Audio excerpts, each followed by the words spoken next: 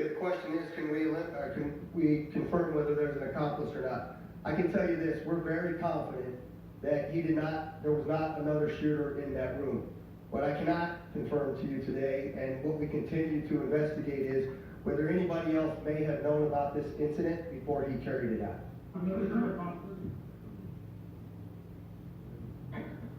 You're gonna have to speak up, I'm sorry.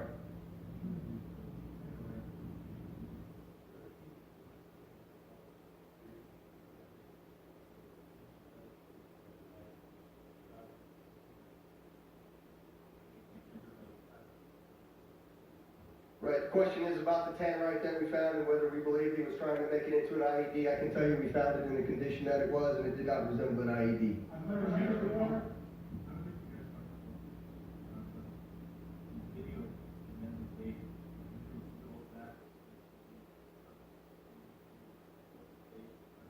The question is, have we reviewed the video from the Mandalay Bay? I can tell you that there's voluminous amounts of video from many different locations. We have reviewed it, and we have not located any other person that we believe to be a suspect at this point.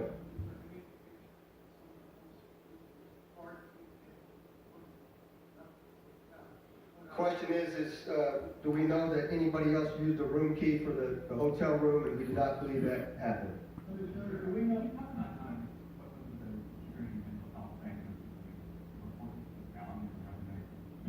The question is about the medical status. That is another aspect of the investigation we're keenly interested in, and we continue to investigate that. Go ahead, sir.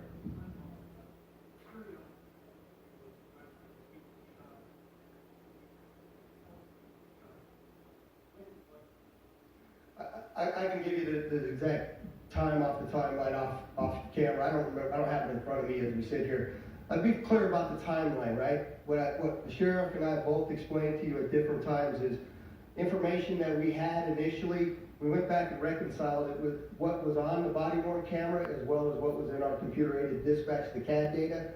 And so all of that timeline that we represented to you is what we have to the best of our knowledge today. I'm sorry I cut you off, man.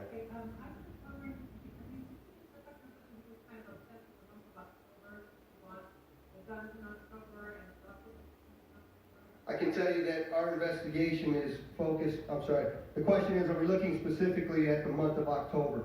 The answer to that is we are looking at every aspect from birth to death of this suspect in this case.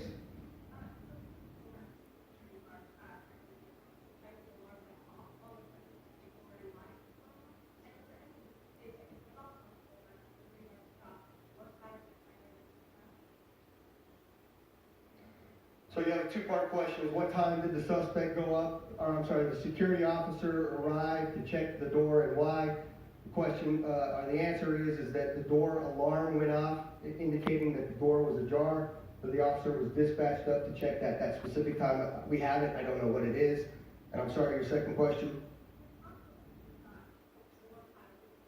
The question is, was the security officer shot before the suspect was shooting into the crowd? The answer to that is yes, we believe he was shot. That we believe that he was shooting into the crowd, and then the security officer was shot during that event.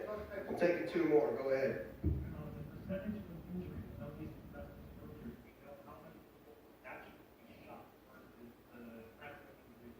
That's a question that question is, how many people were shot versus other trampling injuries? As you well know, the number that we continue to look at, both for dead and injured, and we still have obviously critically injured people in the hospitals. You notice I'm not giving you a number because that number continues to change every day. People are being discharged from the hospital. And I'll let the coroner answer those questions because he's best provided to give you the information in regards to whether somebody received a gunshot wound or another type of wound. There was a clarified report about a key being used, a room key being used when his car was out of the garage. Did that happen?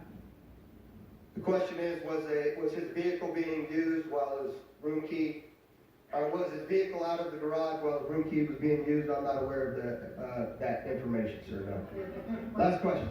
My address is beginning to again. Well, 8.2,000 people have belongings there.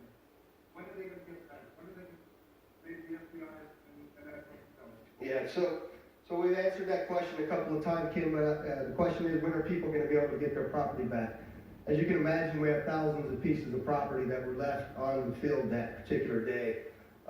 We are diligently working to find how it is that we can appropriately document the evidence where it lay and catalog it, collect it, and then find the mechanism to get that back to the people that actually own it.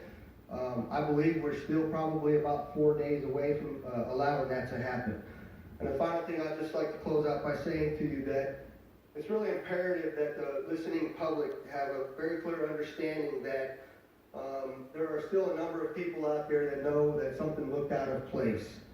Someone may have been acting suspiciously that night or in the years prior, the months prior. Somebody that may have seen something or knows something, much like the FBI SAC mentioned.